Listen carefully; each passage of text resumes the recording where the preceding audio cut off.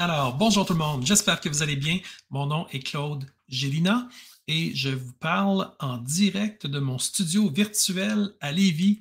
Donc, je ne suis pas dans le sud, c'est uniquement un écran vert. Plusieurs le savent, certains ne le savent pas, alors je préfère le dire, je ne suis pas en voyage, je suis chez moi.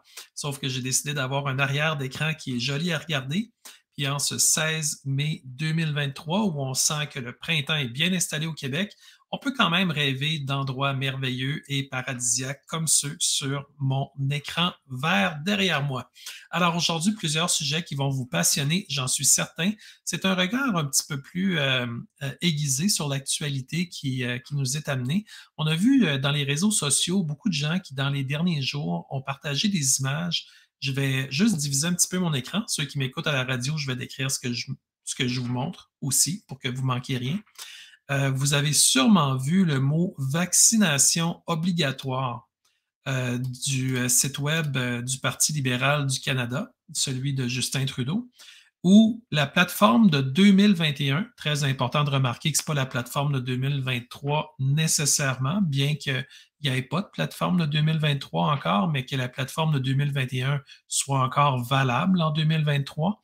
Et quand il était question de vaccination obligatoire, si on laisse juste l'image comme ça, on serait sous l'impression que les libéraux veulent amener la vaccination obligatoire en toute chose. C'est peut-être un de leurs buts, puis ils ne nous le disent pas, mais si on déroule la page un petit peu, on voit que c'était par rapport d'abord et avant tout aux voyageurs. Donc, ceux qui arrivaient en train, en bateau, en vols commerciaux et bien sûr qui voulaient finalement venir au Canada devaient être vaccinés. Donc, c'était pour eux autres. Déjà, ce n'était pas du tout quelque chose qui faisait consensus dans la population canadienne, mais ils étaient au pouvoir, ils étaient appuyés par les néo-démocrates et les bloquistes, donc ils ont pu faire tout ce qu'ils voulaient. Ensuite de ça, c'était pour veiller à ce que les travailleurs de la fonction publique fédérale soient vaccinés, mais c'est sûr et certain qu'un employé de la fonction publique qui est déjà en télétravail n'aurait pas besoin normalement d'une vaccination, mais il y a eu toutes sortes de géométries où la personne devait se présenter. Puis bon, plusieurs ont été contraints soit de tomber en maladie, soit de prendre leur retraite ou soit de se faire vacciner pour garder leur emploi avec des présences. Donc, c'était évidemment très insidieux tout ça.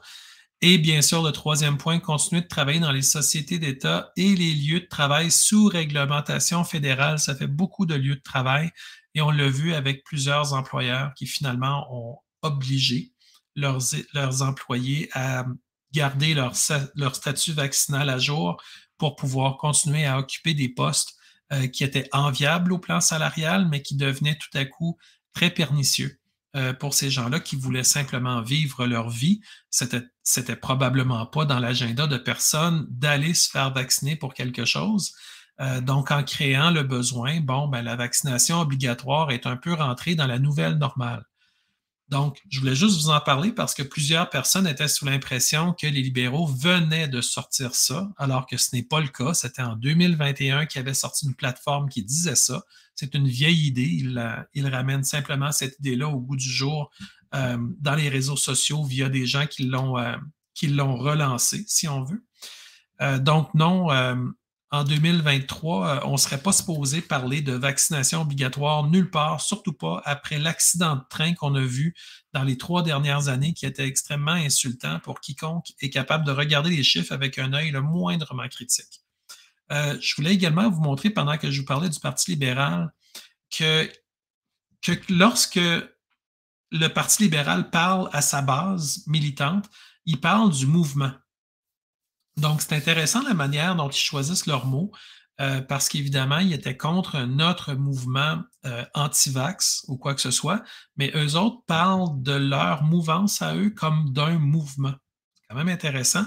Et puis, ils se définissent comme étant progressistes. Donc, ils le disent ouvertement, comme ça. Donc, ils disent que leur année 2022 a connu beaucoup de succès et puis qu'ils ont fait du porte-à-porte, ils ont fait des appels. Je ne sais pas où ils en ont fait, mais ils n'en ont pas fait ici et à personne que je connais. Ils ont dû en faire peut-être à Toronto ou à Vancouver, les deux places où ils ont encore un peu de traction. Et puis, c'est sûr et certain que là, l'équipe libérale veut faire avancer le pays ensemble, mais pas tant. Hein? On n'a jamais vu un gouvernement aussi enthousiaste à censurer les débats, incluant sur le projet de loi où le CRTC va censurer finalement les créateurs canadiens et les Canadiens en général dans leur choix de ce qu'ils ont le droit de consulter sans être pénalisés. Donc, évidemment, lorsqu'ils disent qu'ils veulent qu'on construise, qu'on fasse avancer le Canada ensemble, c'est évidemment une vue de l'esprit. C'est leur vision à eux et notre vision à nous, tout simplement, ne compte pas à leurs yeux à eux. Fort heureusement, elle compte à nos propres yeux. On est plusieurs millions et on ne pense pas comme eux. C'est une bonne chose, mais il faut qu'on se fasse entendre davantage. Donc, c'est un peu comme ça qu'ils se voient. Je reviens sur le premier segue à propos de la COVID. Présentement, au moment où on se parle, il y a 7 jours, le gouvernement du Canada a changé son site web pour juste confirmer les renseignements que je vous lis là, à savoir qu'une preuve de vaccination contre la COVID n'est plus exigée pour les voyageurs qui entrent au Canada par voie aérienne, terrestre ou maritime. C'est fort important pour tous les Québécois qui ont, par exemple, choisi d'aller dans un autre pays afin de passer la crise COVID hors des griffes de Justin Trudeau. Eh bien, cette information-là nous rappelle qu'il est maintenant possible de rentrer sans devoir présenter une preuve de vaccination contre la COVID-19. Donc, très important d'en prendre note. Le test de dépistage préalable à l'embarquement n'est plus exigé. J'espère que personne va prendre ce test-là. Et bien sûr, il n'y a plus rien en fait qui est exigé. Depuis que l'OMS finalement a déclaré que c'était la fin de la pandémie, ben, on n'a pas entendu Theresa Tam sortir et puis célébrer le fait que nous n'étions plus en pandémie. Mais à la lecture de tout ça, on peut imaginer qu'on ne l'est plus sans qu'il y ait eu une déclaration officielle visible, que moi, en tout cas, je n'ai pas trouvé. Pourtant, j'ai cherché autant comme autant. Il y en a peut-être une de cachée quelque part dans un tweet de 2 lignes d'un employé qu'on ne connaît pas qui aurait laissé aller l'information sans finalement salir les hauts gradés de Santé Canada, là, mais essentiellement, ça aurait dû être dit de manière plus claire. Si on n'est plus en pandémie, puis si on est encore en pandémie, pourquoi? Même l'OMS a dit qu'on ne l'était plus. Alors, si l'OMS, après à mon sens, plusieurs années trop tard, l'a dit, ben, le Canada a absolument, mais absolument aucune raison de l'être encore, puisque pendant 3 ans, ils nous ont dit qu'on devait suivre tout ce que l'OMS recommandait. Il fallait suivre les recommandations. Vous rappelez-vous de ce langage-là? Ben là, si les recommandations doivent être suivies, le Canada n'est probablement plus en pandémie, mais ça aurait été bien qu'il l'annonce de manière plus formelle, plus officielle, pour qu'on l'entende mieux. Présentement, on est comme forcé de voir avec nos yeux que ça a l'air complètement fini, mais par contre, on est encore dans une espèce entre deux chaises, comme s'ils se laissaient la porte ouverte pour pouvoir donner un autre coup de gaz pour qu'importe ce qu'ils auraient trouvé comme variant qui se trouverait à scorer sur leur liste à eux. Donc, essentiellement, non plus, Arrivcan, vous le savez depuis longtemps, c'est terminé. C'était pas quelque chose de nouveau. Là. Mais la quarantaine aussi, les fameux hôtels de quarantaine, puis toute la structure qu'ils ont testée pour voir si les gens allaient être dociles, s'ils allaient se conformer, s'ils allaient se rebeller contre ça. Bien, tout ça, finalement, présentement, il n'y en a plus de quarantaine. Il n'y a plus rien qui est exigé. Mais par contre, ils l'ont quand même fait. Et puis ça devrait évidemment mettre à la puce à l'oreille de bien des gens, comme quoi, s'ils devaient recommencer, ils savent exactement comment faire. J'avais pris d'autres pages du gouvernement du Canada aussi pour vous montrer. Il y avait beaucoup de rapports sur la COVID-19 par rapport aux répercussions, la santé mentale. C'est quand même fascinant qu'ils n'aient pas mesuré les problèmes de santé mentale de ceux qui perdaient leur emploi en raison des décrets et des décisions gouvernementales. Parce que ceux qui perdent un emploi vont peut-être perdre leur maison, vont peut-être perdre leur conjoint, vont peut-être perdre bien des choses dans leur vie. Et puis, c'est sûr que ça doit affecter bien plus que la santé physique, ça doit affecter la santé mentale au premier chef. Et puis, on voit que souvent, les études étaient faites pour aller chercher l'espèce de discours de justice sociale, des fameuses inégalités sociales. Je pense que je les ai mis sur cette page-ci. Et puis, c'était de voir dans les inégalités sociales, de voir dans quel groupe se trouvaient les gens qui étaient pas vraiment égaux par rapport au virus. Puis il parlait, il y avait beaucoup le revenu qui était une différence, donc les endroits où les gens restent, puis évidemment, l'appartenance à une minorité visible. C'est encore le but de la justice sociale. Tout le mouvement Black Lives Matter, il y a toujours des gens qui sont plus égaux que les autres dans ce système-là.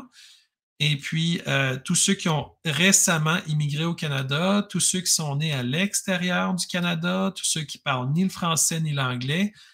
Puis, en fait, il faut essayer de se poser la question, là, des gens qui arrivent ici, qui parlent ni le français ni l'anglais, c'est comme si vous alliez en Allemagne, mais que vous ne connaissiez pas l'allemand, ou que vous alliez au Mexique pour vous établir, pas juste pour aller à Riviera Maya pour un voyage, mais vraiment pour vous établir, pour immigrer là, pour quitter votre pays, pour aller vivre au Mexique, puis vous aviez absolument aucune idée d'aucun mot en espagnol. Si quelqu'un vous dit si, ça veut dire oui, mais même ça, vous ne parlez pas la langue. Donc, qu'est-ce qu'on fait au Canada à choisir les gens qui sont le plus compatibles avec la société, qui non seulement connaissent absolument rien de la langue, et je pourrais vous montrer tous les graphiques, là, ils le montrent, il y en a quand même plusieurs.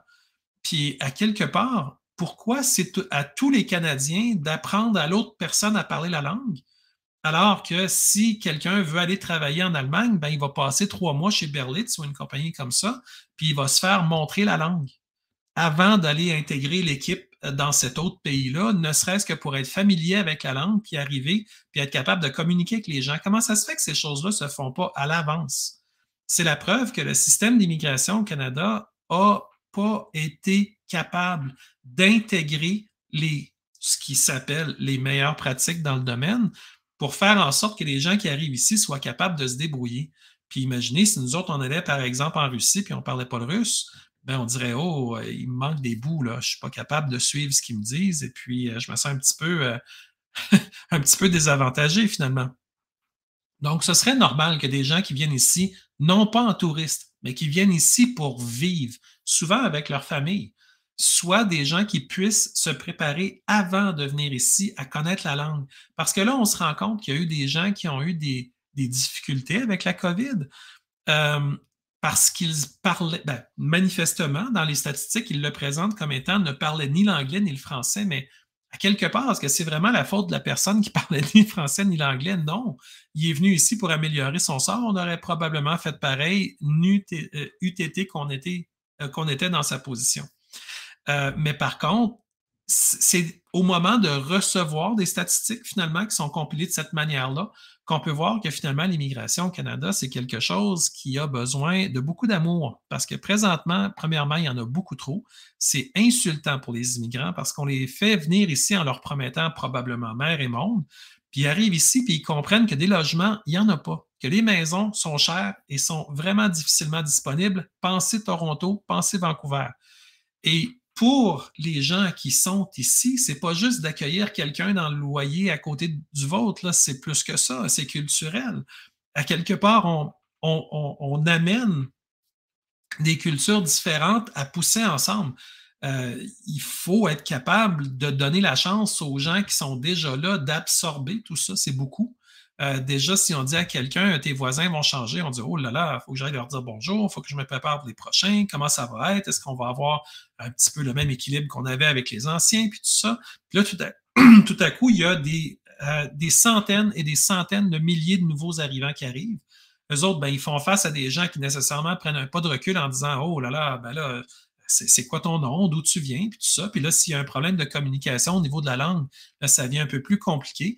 Alors, on voit que finalement, tout ça est organisé de manière à faire monter des statistiques très vite. Et puis, la population est prise avec une problématique où il aimerait dire, bon, on aimerait bien t'aider, mais là, on est un petit peu mal pris, on ne parle pas ta langue. Puis là, ces gens-là se ramassent souvent en ghetto. Fait que quand ils disent des quartiers qui comptent davantage de personnes des fameux quartiers à revenus plus faibles, ben c'est sûr, si tu ne parles pas la langue, tu n'as pas d'éléments de culture, tu viens d'arriver, ben tu risques d'amener l'endroit où tu vis plus vers le bas au niveau économique que vers le haut au départ. Éventuellement, tout ça se recalibre présumément, mais par contre, au départ, on voit qu'il y a des problématiques. Donc, je voulais vous faire remarquer que dans les statistiques COVID, dans les compilations, finalement, ils sont capables, dans ces statistiques-là, de dire plein de choses, mais pas vraiment ce qu'on veut savoir. Parce que c'est toujours des décès liés à la COVID-19, mais il n'y a aucun endroit sur le site web de Santé Canada où ils ont isolé de manière unique le COVID-19. On n'a pas d'endroit qu'on peut vraiment dire, ben, c'est très exactement ça, le COVID-19. Alors, ça fait en sorte qu'on voit des chiffres qui montent dans les graphiques, mais on ne sait pas sont liés à quoi. Ça, c'est évidemment quelque chose qui devrait concerner absolument tout le monde.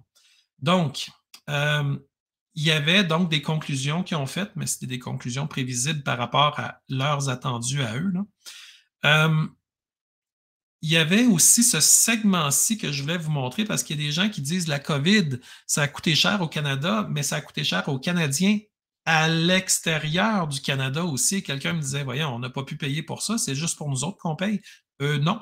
Depuis février 2020, le Canada a engagé 3,5 milliards de dollars en aide internationale en réponse à la COVID-19, dont plus de 2 milliards de dollars pour le fameux dispositif pour accélérer l'accès aux outils de lutte contre la COVID-19, le fameux accélérateur ACT de l'OMS, l'outil finalement de contrôle pour amener aux fournisseurs de l'ONU des manières de faire énormément d'argent, parce que vous avez compris qu'il n'y a pas juste le Canada via l'aide extérieure qui a envoyé ce genre d'argent-là.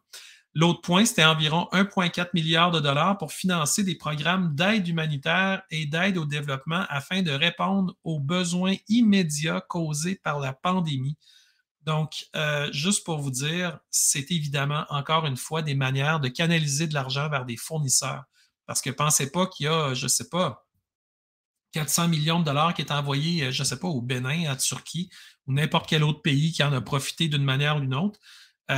Et puis que ces gens-là font ce qu'ils veulent avec, ben non, ça passe par des filières qui sont approuvées par l'ONU, mais c'est tout copain-copain avec les élus, les classes d'élus au Canada ou les classes dirigeantes, les cabales, de sorte que ces argents-là finissent dans les poches de fournisseurs de transport, de fournisseurs de bonbonnes d'oxygène, de fournisseurs d'outils, de matériaux de construction, de fournisseurs de systèmes de contrôle, de tests, d'équipements de protection ou de quoi que ce soit, qui vont finalement profiter à des compagnies qui sont très peu connues, mais qui sont très, très bien connues dans les filières onusiennes. C'est la raison pour laquelle, dans ces rapports-là, on trouve presque jamais les noms des compagnies qui ont réellement bénéficié de ces milliards-là qu'on a juste soufflé dans le vent vers l'étranger. On a exporté de l'argent qu'on ne reverra plus jamais, mais qui rentre dans les poches de compagnies qui souvent, trop souvent, ont des fiscalités créatives dans des paradis fiscaux, des juridictions fiscales de complaisance, disons-le, et qui finalement accumulent des milliards de dollars ou des centaines de millions dans des endroits où le Canada n'a pas de prise pour l'imposition. C'est le pays qui va charger 0,25 d'impôt par année, qui va remplacer l'impôt canadien qui aurait dû être payé à hauteur de quoi? 9, 11 ou 18 je ne sais plus trop. Mais souvent, des très grandes compagnies, de toute façon, ne paient même pas d'impôt au Canada avec les subventions, avec les excellents services fiscaux de KPMG, d'Ernst Young et de toutes les compagnies qui sont capables de faire de la fiscalité. Donc, évidemment, on peut se demander, tout cet argent-là, est-ce qu'elle profite vraiment aux Canadiens? Ben, pas vraiment. Ça va aider des filières qui vont faire en sorte de faire amener des vaccins à des gens qui n'en ont probablement pas demandé, mais qui tout à coup se voient obligés de dire oui pour être gentils. Donc, des systèmes de santé locaux où des gens en poste voient leur emploi menacé s'ils ne disent pas oui à toutes les chansons de l'aide internationale. Donc, autrement dit, il faudrait qu'au Canada, on fasse un grand ménage sur comment on aide, parce qu'on est capable d'aider, mais comment on aide, pourquoi on le fait aussi. Est-ce que c'est pour faire un avantage à des fournisseurs canadiens ou des fournisseurs étrangers ou vraiment mettre du ménage là-dedans parce qu'on voit que présentement, il y a plusieurs choses qui sont très mal balisées. Alors, je voulais vous parler de ça avant de tomber dans le prochain sujet. C'est juste ici aussi, ah oui, je voulais vous montrer une photo du Parti libéral. C'est une image qui date du 24 avril 2022. Donc, on se rappelle, à cette époque-là, il y avait encore des préoccupations COVID. Ça disait, c'est un tweet du Parti libéral, ça dit: «En fin de semaine, les bénévoles libéraux se mettent à l'écoute des Canadiens de partout au pays pour connaître leurs priorités concernant le travail crucial qui nous attend». Puis, un petit peu comme la CAQ au Québec, c'est continuons de faire avancer le Canada ensemble. On voit qu'il y a comme une logique de continuer là, qui est très présente dans les slogans. Probablement en raison de l'agenda 2030, les fameux 17 objectifs du développement durable qui sont une prise de contrôle mondialiste sur à peu près tous les aspects de nos vies. Alors, on veut évidemment regarder ça, mais de loin, parce qu'on ne veut surtout pas en faire partie. Ces gens-là qui sont sur les photos ont l'air des très bonnes personnes en passant, mais ils n'ont pas l'air d'être ceux qui pourraient dire pourquoi Justin Trudeau est toxique pour le Canada. Ça a l'air d'être des gens qui diraient: «Ah non, mon Dieu, je peux-tu voter pour lui une quatrième fois?» tu sais? J'ai pas encore assez voté pour lui. Et puis, ici, on voit que les gens sont totalement là, dans, dans l'espèce de bulle libérale fédérale. Je me rappelle quand Justin Trudeau avait demandé je veux des dons avant la fin de 2022. Il voulait finir ça en grand avant de commencer l'année 2023. De toute façon, lui était en vacances. Là. Et puis, il disait 2023, allons chercher des dons, commençons l'année en force. Je me disais, ça fait comme une semaine que tu as demandé des dons et puis que tu en as reçu des dizaines et des dizaines de milliers qui avaient été publiés par quelqu'un qui disait qu'il y en avait eu autant. Mais c'était officiel, c'était du Parti libéral. Puis là, qui commence l'année puis qui en veut encore d'autres, c'est une grosse machine. Puis je regarde ces gens-là puis je me dis, est-ce qu'ils seraient capables de vraiment avoir une discussion critique avec Justin Trudeau? Pas critique dans le sens de l'insulter, critique dans le sens de le mettre devant le fait que les Canadiens ne veulent pas que l'Internet soit censuré. Est-ce que ces gens-là pourraient avoir une discussion éduquée sur ces sujets-là? Probablement que non. Ce n'est pas un jugement de valeur parce que même moi, je ne peux pas avoir une discussion éduquée sur 100% des projets de loi qui passent au Parlement à Ottawa. Ça prend du temps, ça prend de l'intellect aussi parce que c'est souvent complexe. Mais ça, vous en avez en masse, c'est pas ça le problème. Mais au niveau du temps, des fois, c'est quand même complexe. Là. Il faut s'y mettre. Puis bon, je ne peux pas imaginer que ces gens-là ont passé 100% de leur temps à tout suivre les travaux parlementaires. Ils ont sûrement une vie et on leur souhaite qu'elle soit le plus riche possible. Mais je les regarde puis je me dis, Colin, tu sais, quand on cherche qui vote encore pour Justin Trudeau, ben tabarouette, ils prennent même des photos. Fait qu'on en a une petite idée. On leur souhaite que du bonheur et de l'amour dans leur vie. Et on peut imaginer que c'est peut-être juste ça qu'ils ont, mais je veux dire, on leur souhaite pas de mal, bien entendu. On leur souhaite que du bien, mais quand même, ça fait drôle de voir les visages de gens qui pensent que tout va bien. Tu sais, quand on se dit il y a des gens qui pensent que tout est licorne et arc-en-ciel, ben, tabarouette, ces gens-là existent pour vrai. Ils sont là. Fait que, coudonc. Mais ce serait le fun à un moment donné que ces gens-là comprennent que de sortir les lois sur les mesures d'urgence, les mesures de guerre contre des gens qui font une manif pacifique puis qui se font faire tous les crocs en jambes par des provocateurs qui se promènent avec des drapeaux de choses horribles, ben, ce serait peut-être important qu'ils soient capables de reconnaître quand ils se sont fait arnaquer dans le narratif pour ne pas tomber victime de la propagande. Parce qu'on sait très bien que lorsqu'une personne est victime de la propagande, elle flotte au vent comme un drapeau. C'est pas elle qui mène le show, c'est le vent. Alors, aussi bien être du côté de ce qui donne l'impulsion. Donc, c'est le dernier élément que je voulais vous parler à propos du Parti libéral. Je trouvais que ces éléments-là étaient le fun à voir. La nouvelle du jour qui est tombée ce matin, ce mardi 16 mai 2023, c'est le gouvernement Legault qui accorde 56 millions de dollars à Génome Québec. Ça dit la nouvelle que le gouvernement du Québec a annoncé. Un financement de 56 millions à Génome Québec, c'est, selon ce qu'ils expliquent, le plus grand fournisseur intégré de services de séquençage et de génotypage pour la recherche.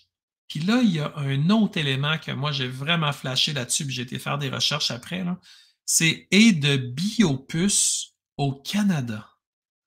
Puis là, je me suis dit, biopuce, avec tout ce qu'on entend parler du 5 milliards donné au ministère de la cybersécurité et du numérique de Éric Kerr de la CAQ, 5 milliards, c'est comme wow.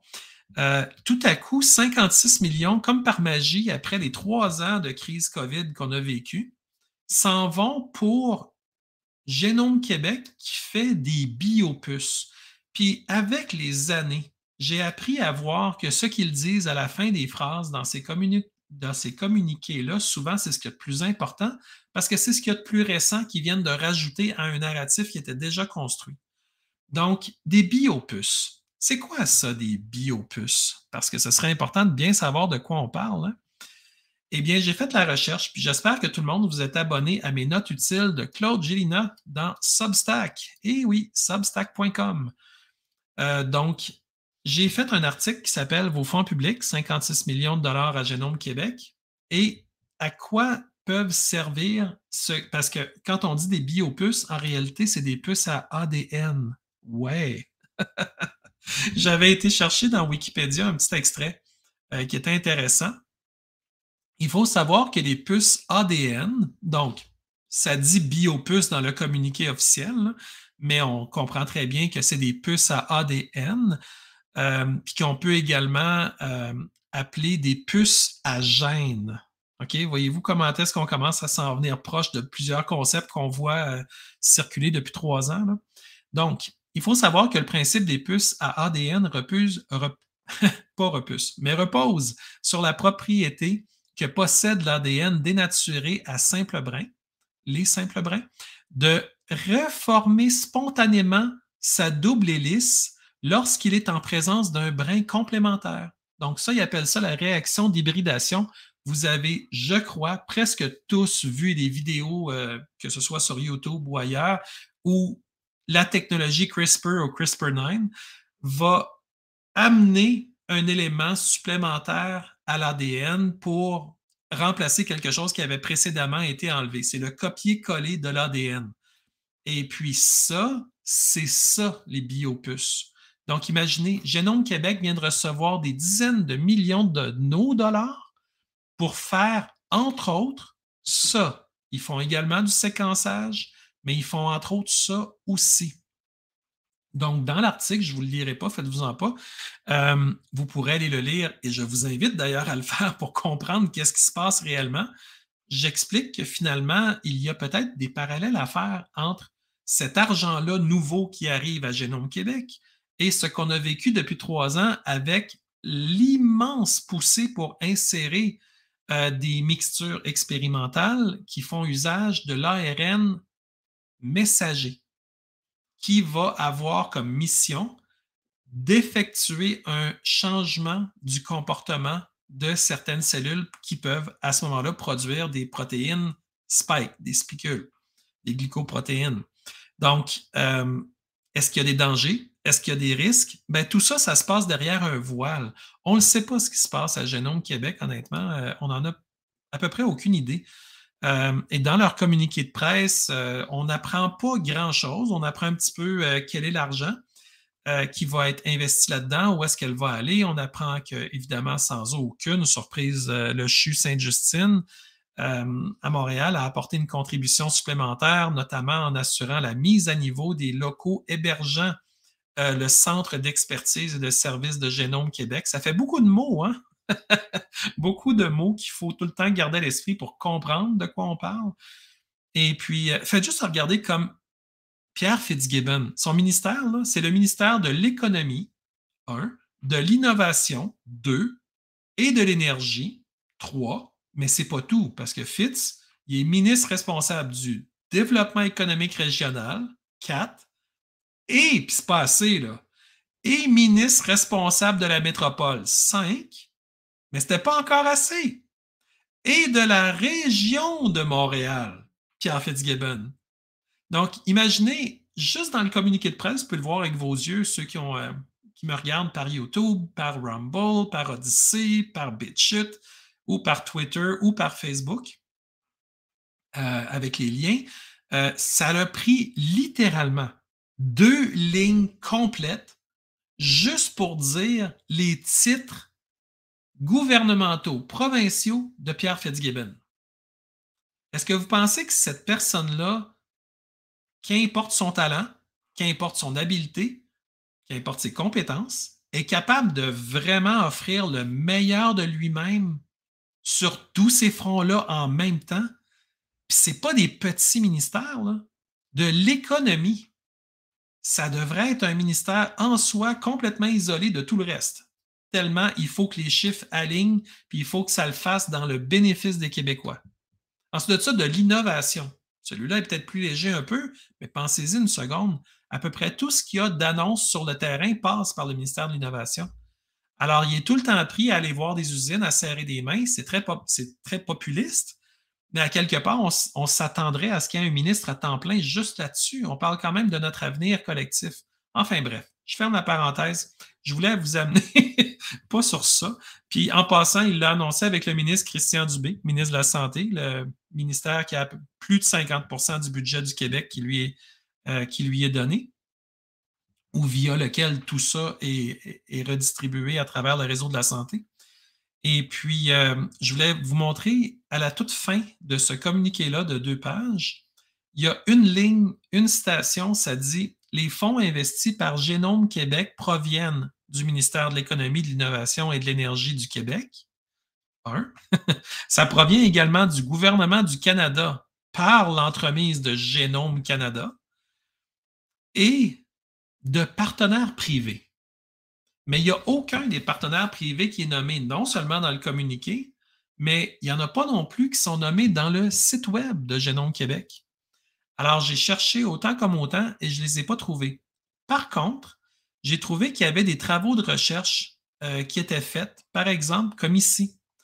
Et puis, ça dit les approches d'apprentissage automatique pour la conception de peptides. Et on s'entend que les peptides, c'est très, très petit. Hein? Il y en a qui appellent ça une méthode alternative de vaccination tellement c'est petit.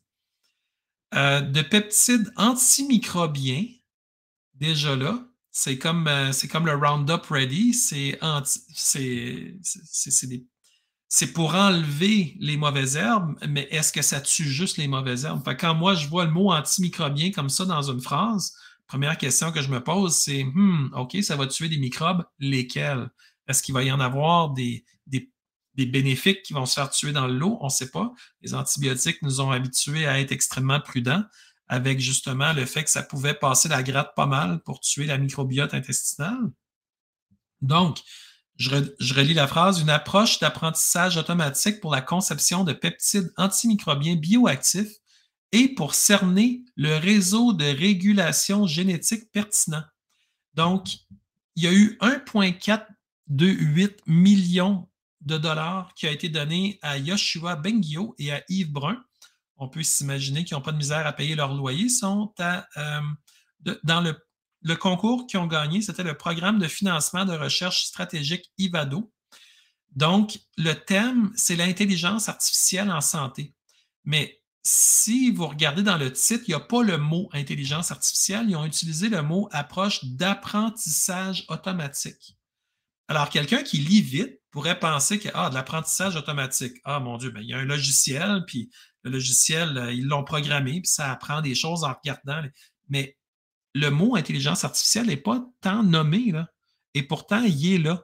Je voulais juste vous faire comprendre que quand, dans son communiqué, Génome Québec parle qu'il y a des partenaires privés aussi qui sont derrière les fonds investis par Génome Québec, est-ce qu'on parle uniquement de partenaires privés dans le domaine biologique ou il n'y aurait pas également des partenaires privés également dans le domaine de l'intelligence artificielle? Parce qu'on sent que par les investissements qu'ils font chez Génome Québec, puis on le voit avec nos yeux, il est sous nos yeux en ce moment, ils sont en train d'hybrider finalement les histoires de, moi j'appelle ça les biopuces, les puces à gènes, avec de l'intelligence artificielle à un niveau ou à un autre. Dans ce cas-là, dans l'étude que je viens de vous nommer, c'est les peptides antimicrobiens bioactifs. Mais ça pourrait être autre chose aussi parce que, juste pour vous montrer rapidement, il y en a énormément de l'argent qui se donne pour des projets à travers le Génome Québec. Puis, comme je vous ai déjà expliqué, le danger, c'est que ces recherches-là se font, comme vous le voyez, avec de l'argent public. Puis, il n'y a rien qui empêche qu'à un moment donné, un partenaire privé arrive à la toute dernière minute avec, je ne sais pas, 10% de plus du financement ou quelque chose comme ça, puis il achète la propriété intellectuelle. Parce que le problème, c'est que la propriété intellectuelle qui dérive de toutes ces belles recherches-là, financées avec de l'argent essentiellement public, éventuellement, ça pourrait créer des éléments de propriété intellectuelle qui se retrouvent entre des mains privées. Et ces gens-là l'obtiennent, dans le fond, à rabais. C'est comme dire à quelqu'un, tu t'en vas t'acheter une maison, wow, moi je suis le gouvernement, je vais financer 90% de ta maison, tu as juste à amener le dernier 10%, puis la maison est à toi. Ben, ça ne devrait pas fonctionner comme ça. Et ça revient à un de mes projets que j'arrête pas de ramener à l'avant-plan parce qu'il faut absolument qu'on sorte des copyrights, qu'on rentre dans la logique que les copyrights, c'est des copy wrong. C'est pas ça qui enrichit le peuple, c'est ça qui enrichit une cabale qui présentement est rendue tellement riche que ça n'a plus rien à voir avec la population. C'est un autre monde dans lequel ils vivent. Puis ça n'aide pas la population. Donc, il faut qu'on fasse la priorité au libre, le PAL, que je documente dans forum.chaudière.ca pour ceux qui veulent aller se renseigner.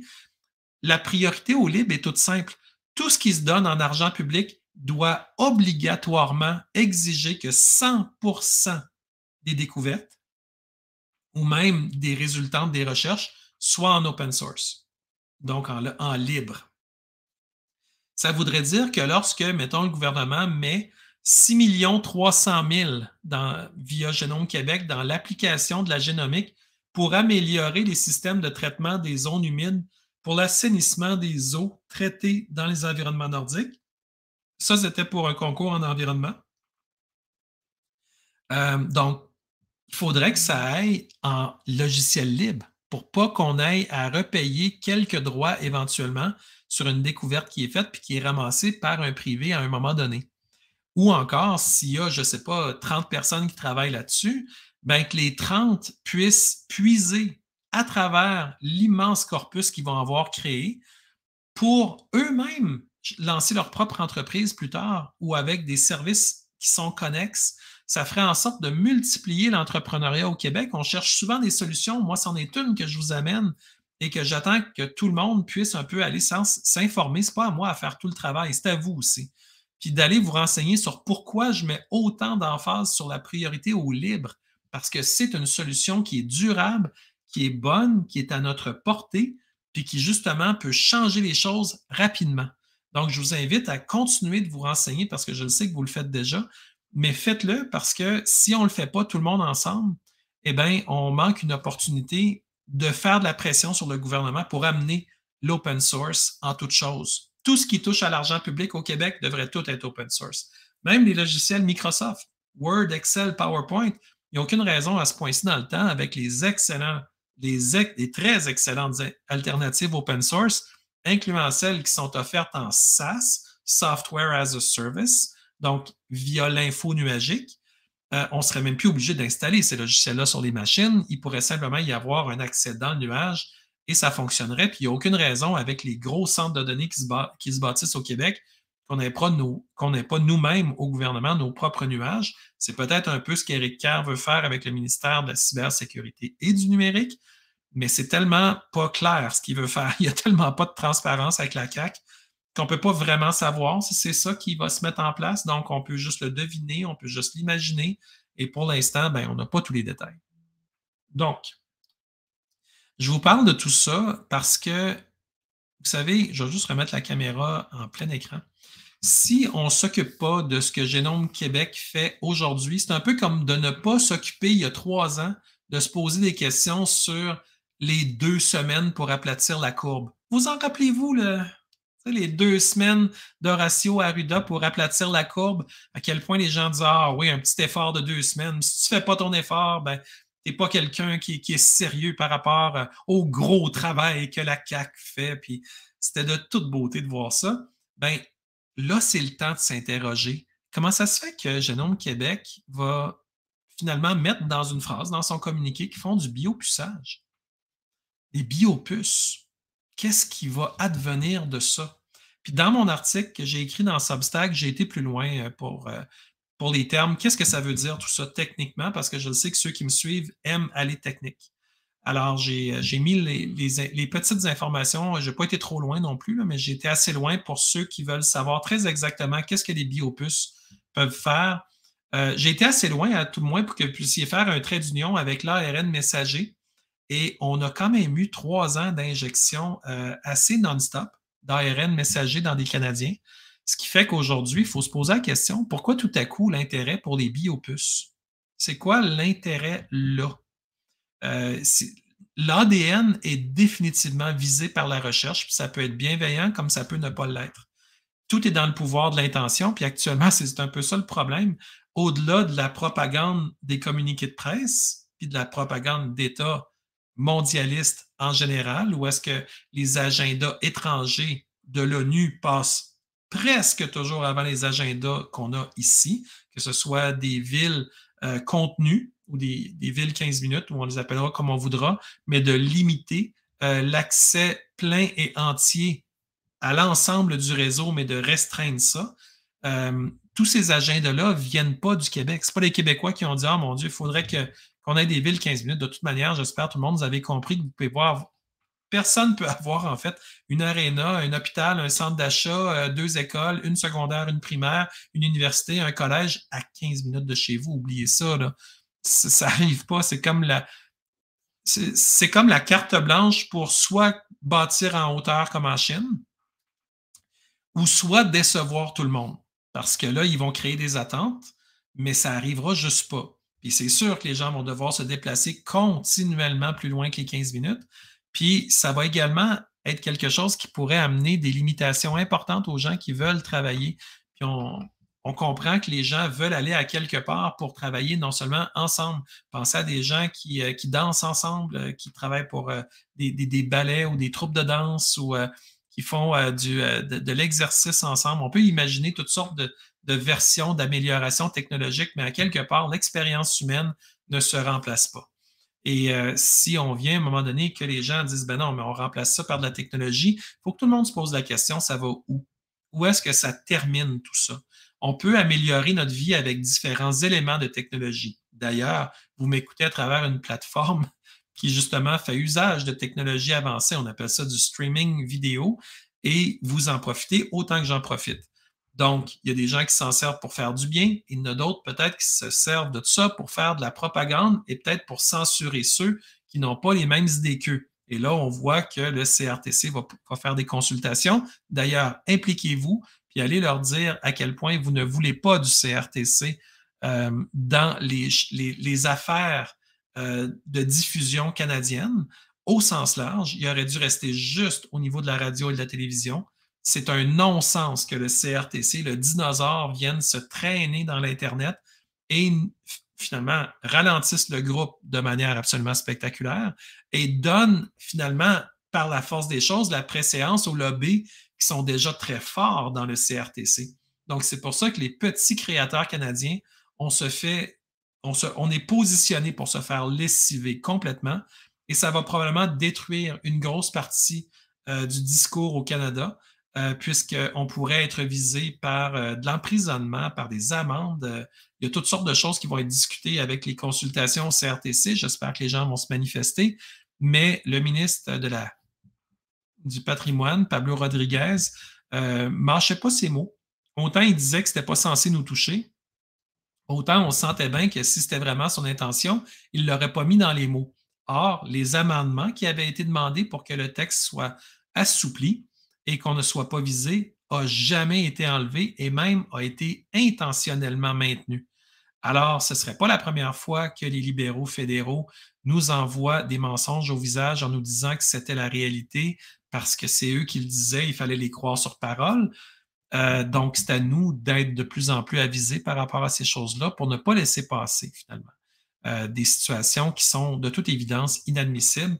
Le CRTC, déjà au niveau de la radio et de la télévision, aurait dû être dissous afin d'avoir de la vraie concurrence avec les médias numériques de radio et de télévision. Parce que je ne vois aucune différence entre la radio, par exemple, de Dan Pilon, Radio King, qui est une plateforme de diffusion un peu comme YouTube, mais pour de la radio. Je ne vois aucune différence entre ça et des radios de type conventionnel, des radios hertziennes qu'on appelle. Parce que si les gens peuvent se promener avec un téléphone cellulaire qui reçoit Radio King et qu'ils ont la connexion Bluetooth ou il y a des connexions avec le fil aussi dans certains véhicules, ben, ils sont capables d'écouter cette radio-là avec les mêmes haut-parleurs de leur voiture que lorsqu'ils ouvraient une radio, là.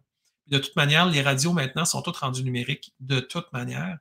Alors, il faut comprendre que les temps ont changé et bien que nous, on le comprenne, le CRTC, manifestement, n'a pas compris grand-chose ou en tout cas a très peu de volonté à changer les choses. Mais on peut comprendre pourquoi. C'est parce qu'au CRTC, il y a des lobbies extrêmement puissants. Si vous dites n'importe quel des noms des compagnies de télécommunications au Canada, vous allez immédiatement avoir l'attention pleine et entière de tous les décideurs au CRTC parce que c'est eux, ces grosses compagnies, c'est elles, ces grosses compagnies-là, les grands lobbies au Canada, au CRTC.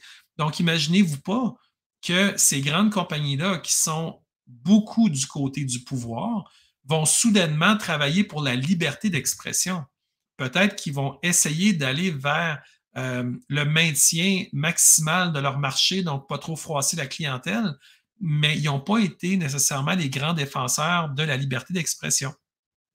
Donc, jusqu'à présent, il y a comme une espèce de statu quo, mais là, tout à coup, si ça rentre avec le CRTC, puis que les autres disent, ben, il faudrait que les fournisseurs d'accès surveillent qui dit telle chose, puis la haine, puis tous les mots complètement militarisés contre nous autres.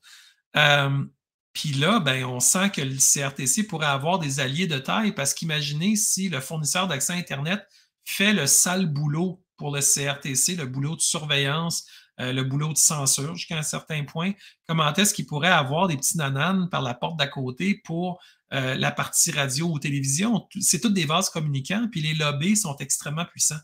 Alors, à ce niveau-là, même au niveau du principe, le CRTC me semble même pas un interlocuteur crédible, point, à la base. C'est déjà gangréné par les lobbies, puis là, on s'en va lui donner le diamant de nos communications qui s'appelle Internet. C'est la seule place où les gens ont encore la vraie liberté d'expression. Essayez d'avoir la vraie liberté d'expression à la radio conventionnelle ou à la télévision conventionnelle. C'est tellement dur, ça tient de l'exploit. Il y a, il y a des gens qui parlaient du plafond de verre pour les femmes pendant un certain temps. Ben moi, je dirais qu'aujourd'hui, on est dans un plafond de verre pour la vérité. La vérité ne passe plus dans les médias de propagande. Ils ont été tellement, mais tellement bien engraissés, financés de manière absolument délirante par la libéralisterie ottawaïenne de Justin Trudeau. Et c'est pas terminé. Ils continuent année après année de financer d'ailleurs la CBC, Radio-Canada, à des très, très hauts montants. Je pense que c'est 1,43 milliard, quelque chose comme ça. Pas surprenant qu'ils se payent des maisons mères absolument luxueuses et que tous les employés aient des salaires délirants, incluant les fact-checkers, qui aiment censurer toute forme de vérité pour ne garder que leur lecture étroite d'une fiction qui fait leur affaire. Donc, les chambres d'écho, ce n'est pas nous autres qui avons inventé ça, c'est eux autres qui les entretiennent à chaque fois qu'ils écrivent ou qu'ils publient quelque chose. Très rare que c'est vraiment orienté pour aider la personne à comprendre, c'est beaucoup fait pour marteler des narratifs. Des narratifs qui sont essentiels au maintien du pouvoir par une cabale centralisée. Et voilà, c'est dit. Bon, tout ce que je vous montre depuis tantôt, finalement, c'est du contrôle, vous l'avez compris. Et puis, Génome Québec, c'est uniquement un des nombreux organelles là, autour, une des nombreuses pattes tentaculaires autour du gouvernement qui fait que tout ça peut avoir lieu. Donc, il y avait un autre endroit où j'ai le goût de vous jaser un petit peu. Et puis, je l'ai pris, c'est une nouvelle qui nous sort de la Grande-Bretagne. Je suis toujours parti pour dire l'Angleterre, mais c'est une province en Grande-Bretagne, un peu comme la Hollande est une province aux Pays-Bas. Les deux mots se disent mal. Grande-Bretagne se dit mal, Pays-Bas se dit mal. Je ne sais pas si dans les commentaires, vous voulez dire ah oui, moi, quand je pense à l'Angleterre, je pense tout le temps à la Grande-Bretagne. Non. Tout le monde pense tout le temps à l'Angleterre. Ça se dit mieux, puis c'est plus logique. Il y a des Anglais sur le bout de terre. Ouais, ça fait Angleterre. Grande-Bretagne, déjà que la Bretagne, c'est en France, qui est grande, c'est-tu pour dire les Bretons regardaient au loin puis ils voyaient une Grande-Bretagne. Ils ont appelé ça de même. Je pourrais retourner dans l'étymologie, voir d'où ça vient, là, mais essentiellement, j'ai toujours trouvé qu'Angleterre, ça fitait mieux. Enfin bref. On apprend donc que les caméras de circulation, vous savez, les fameux radars photo, là, puis je vais vous en montrer à l'écran dans pas longtemps, là, les caméras de circulation vont utiliser l'intelligence artificielle pour espionner les conducteurs à l'intérieur de leur voiture. Oh que oui! Juste vous montrer une petite image pour vous mettre dans le contexte. Donc, à l'intérieur des voitures, les caméras ne vont pas juste vérifier si vous allez trop vite. Non, non, non, non. Ça, c'est l'ancienne technologie. Maintenant, ils vont se servir des mêmes caméras pour regarder à l'intérieur de l'auto pour voir, par exemple, êtes-vous attaché? Eh oui, c'était absolument dû pour arriver et puis ça arrive. Mais il y a encore plus intéressant. Laissez-moi vous montrer sur le site web de la compagnie qui s'appelle Red Speed International, qui est évidemment basée en Grande-Bretagne pour les caméras là-bas. Eux autres appellent ça un œil sur le futur. Je ne sais pas si je peux le traduire en français pour ceux qui sont... Oui, bon, un regard tourné vers l'avenir. Mon Dieu, merci pour la traduction, c'est encore plus précis. Donc, eux autres vous montrent un petit peu comment est-ce qu'ils vont segmenter chacune des automobiles. Puis je suis certain que chacune des automobiles dans leur rencontre, là, ils appellent ça un poste de profit. Autrement dit, dès que la personne fait quelque chose qui n'est pas correct, ils vont l'attraper puis ils vont le mettre en pénalité. Eux autres, leur travail, c'est d'avoir des sites avec les caméras qui fonctionnent 24 heures sur 24, 7 jours sur 7. C'est leur objectif. Et puis, ils veulent des caméras numériques au feu rouge, mais il y en a évidemment sur le bord de toutes les autoroutes.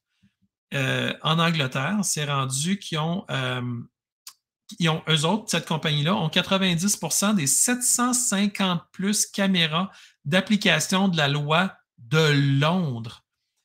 Avez-vous idée comment ça fait des caméras, ça? Il y en a, il y en a, il y en a. Au Québec, on en a quoi? Peut-être une centaine? Je ne sais pas. Il me semble que c'était 56, le chiffre officiel, mais peut-être une centaine depuis ce temps-là. Peut-être plus. D'ailleurs, je n'ai pas vérifié avant. S'il y en a qui veulent faire la vérification, vous pouvez y aller. Mais essentiellement, regardez plus bas à quoi ça ressemble. Donc, ça, c'est une caméra qui est au centre-ville de Londres. Vous reconnaissez un petit peu le paysage. Regardez comment c'est laid, comment c'est absolument horrible et odieux comme boîte. C'est laid à sa face même. On voit que les gens qui ont amené ça avaient aucun intérêt d'aider les gens, ne serait-ce qu'en intégrant quelque chose de beau au niveau visuel. C'est juste fait pour ramener du cash, du gros cash à un gouvernement qui est en faillite, autant que le gouvernement au Québec, autant que le gouvernement au Canada. Ils nagent dans les dettes. C'est un gouvernement de dettes. Ben, ils font ça pour taxer les gens.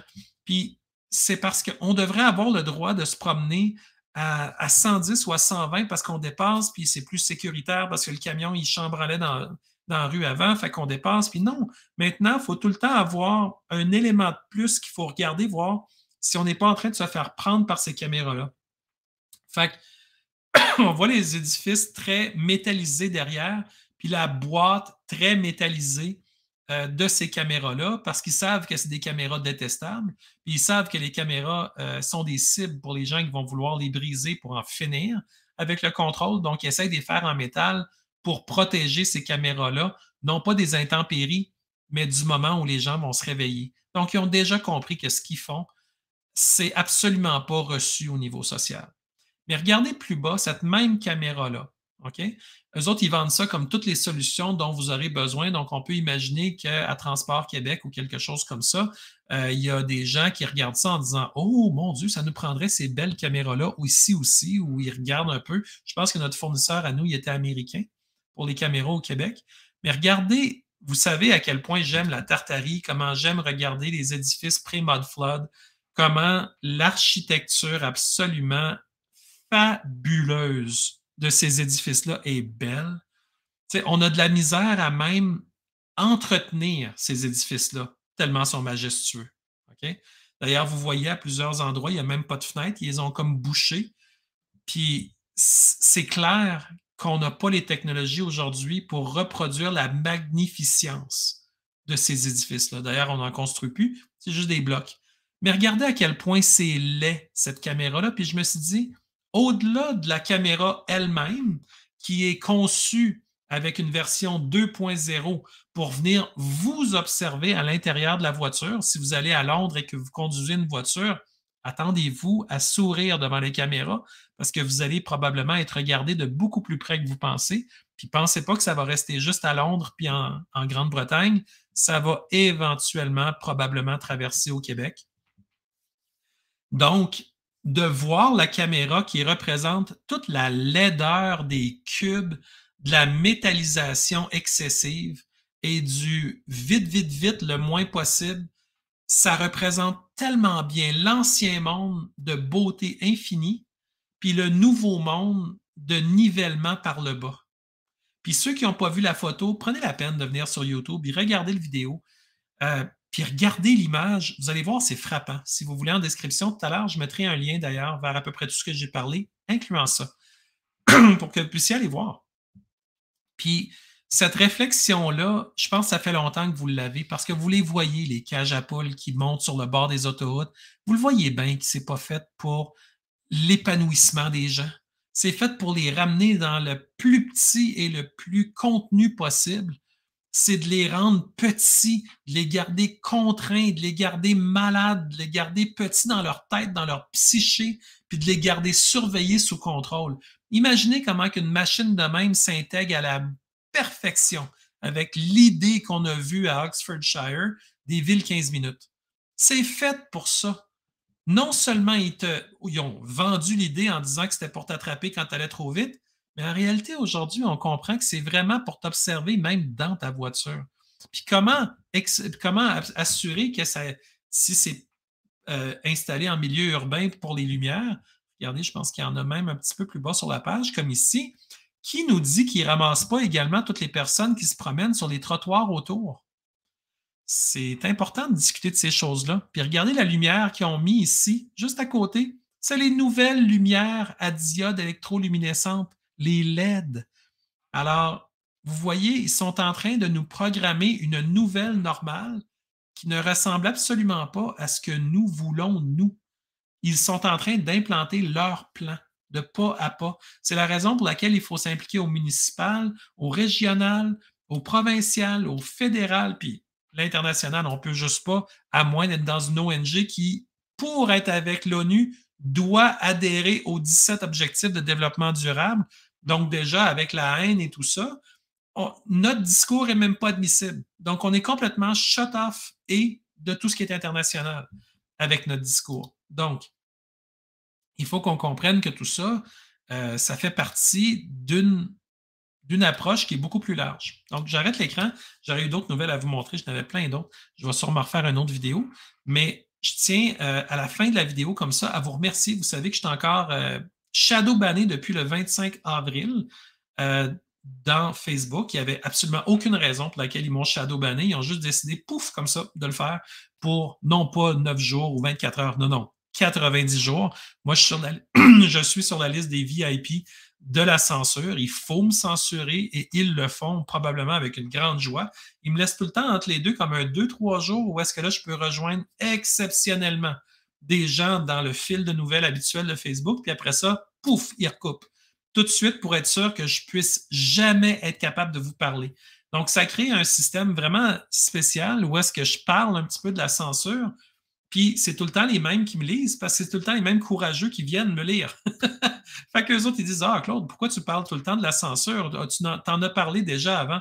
Mais mon but, c'est que d'autres mondes, que juste ceux qui me lisent, viennent le lire aussi. Donc, puis il y en a, mais pas tant. Fait que la seule façon que ça peut aller plus loin, c'est que ceux qui viennent sur mon profil puissent me partager.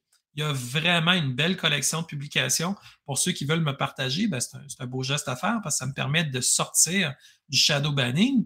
Mais évidemment, sachez que le shadow ban, il est fait uniquement contre moi dans Prison Book. Partout ailleurs, je ne suis pas shadow banné.